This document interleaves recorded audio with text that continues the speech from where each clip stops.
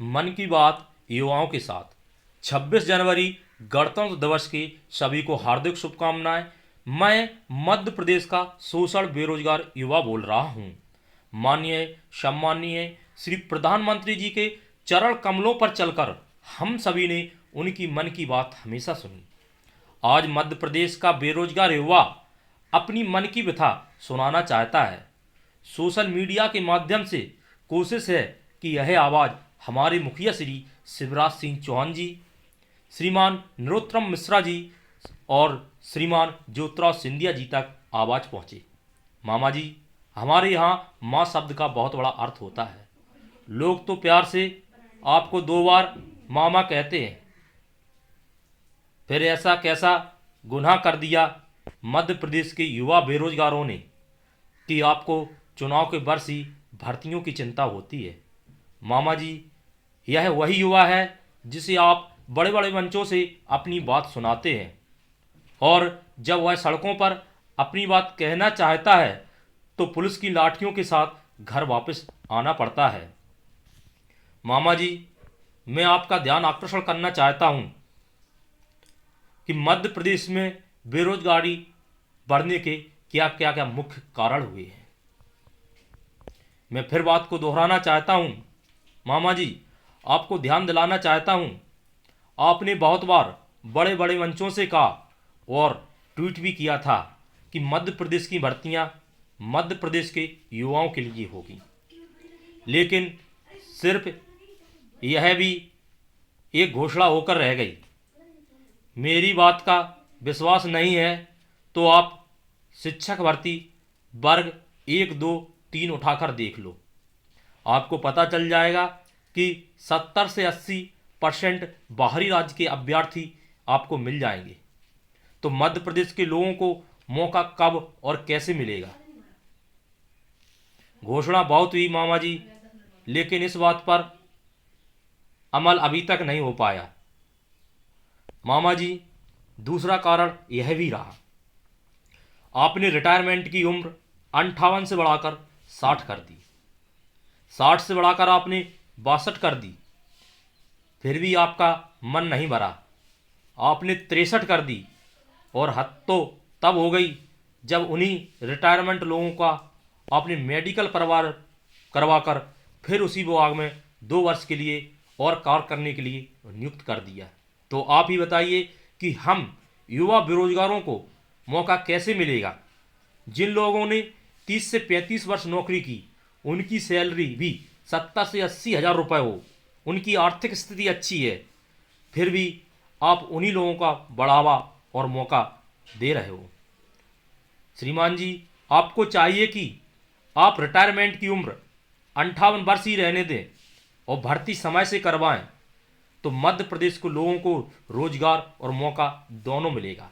नए लोग होंगे तो उनकी वेतन कम होगी, आपके कोष पर खर्च और दबाव भी नहीं बढ़ेगा। मामा जी, फिर आपका मैं ध्यान आकर्षित करना चाहता हूँ।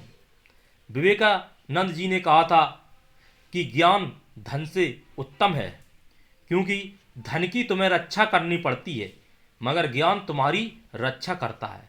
लेकिन आज आप ही उठाकर देख लो, सरकारी विद्यालयों में शिक्षक ही नहीं है तो ज्ञान कहाँ से मिलेगा? लेकिन आज मध्य प्रदेश की सरकारी स्कूलों की स्थिति बदतर होती जा रही है। 2500 स्कूल तो लगभग ऐसे हैं जो शिक्षक विहीन हैं और 8000 ऐसे विद्यालय हैं जो सिर्फ एक शिक्षक के भरोसे चल रहे हैं। गरीब का बच्चा शिक्षा कैसे पाएगा? आपको अवगत कराना चाहता हूँ, 2011 के बाद आपने 2016 में शिक्षक भर्ती के लिए नोटिफिकेशन निकाला था। 2 वर्ष बाद परीक्षा हुई 2018 में, फिर 2 वर्ष बाद रिजल्ट आया 2020 में, फर्स्ट काउंसलिंग हुई और आपको बता दें कि 2022 में सेकंड काउंसलिंग के लिए नोटिफिकेशन आया और अभी जो प्रक्रिया चल रही है। आज 2023 हो गया मामा जी, 2011 से 12 वर्ष हो गए, एक भी शिक्षक भर्ती सही से पूर्ण नहीं हुई है।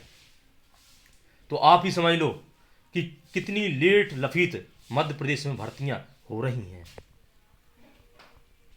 मैं आपके संज्ञान में यह बात लाना चाहता हूं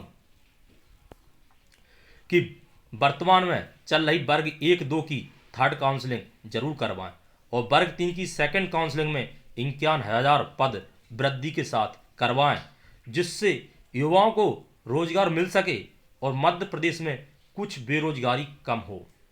स्कूलों को नए शिक्षक मिल सकें, जिससे शिक्षा में सुधार हो। मामा जी, यह घोषणा यहीं खत्म नहीं हुई।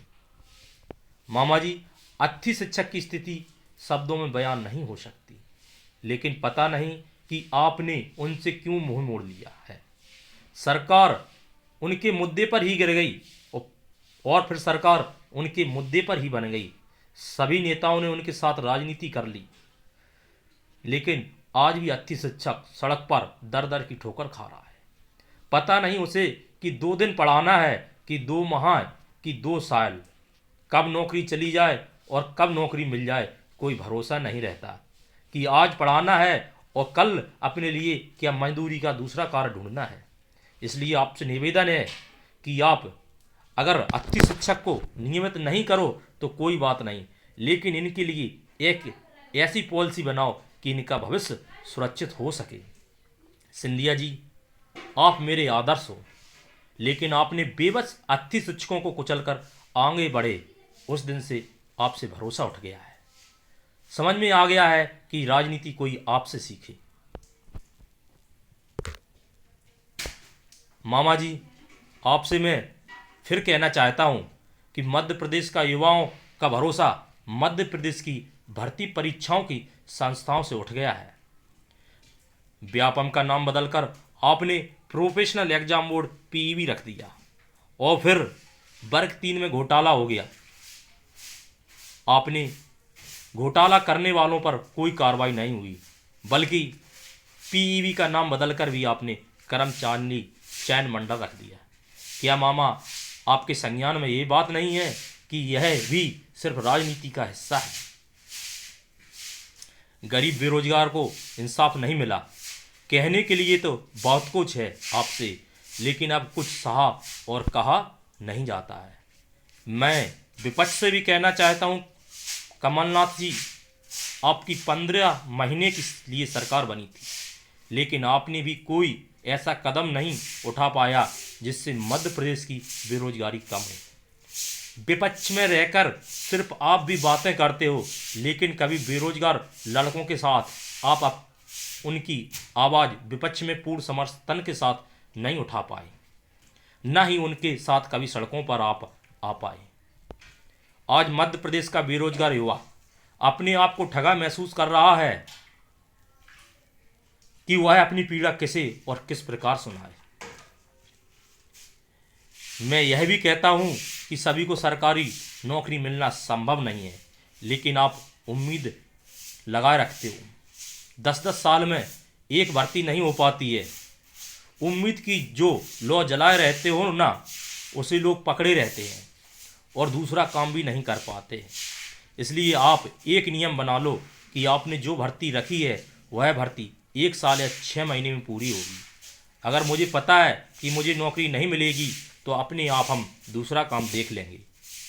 मैं पुनः दोहराना चाहता हूँ मामा जी की आप इन बातों को अपनी संज्ञान में लें, विचार कर इनमें सुधार करें। मध्य प्रदेश की भर्ती सिर्फ मध्य प्रदेश के युवाओं को होना चाहिए।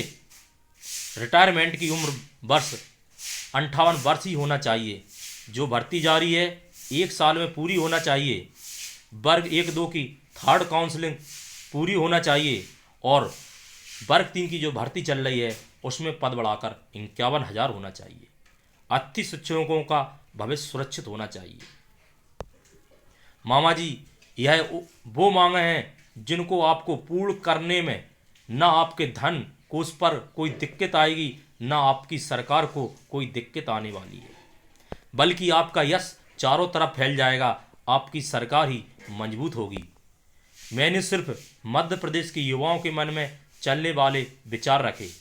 मेरा मकसद किसी राजनीतिक पार्टी को हानि या समर्थन नहीं करता है, या किसी को इन शब्दों से ठेस पहुंची हो तो मैं माफ़ी मांगता हूँ।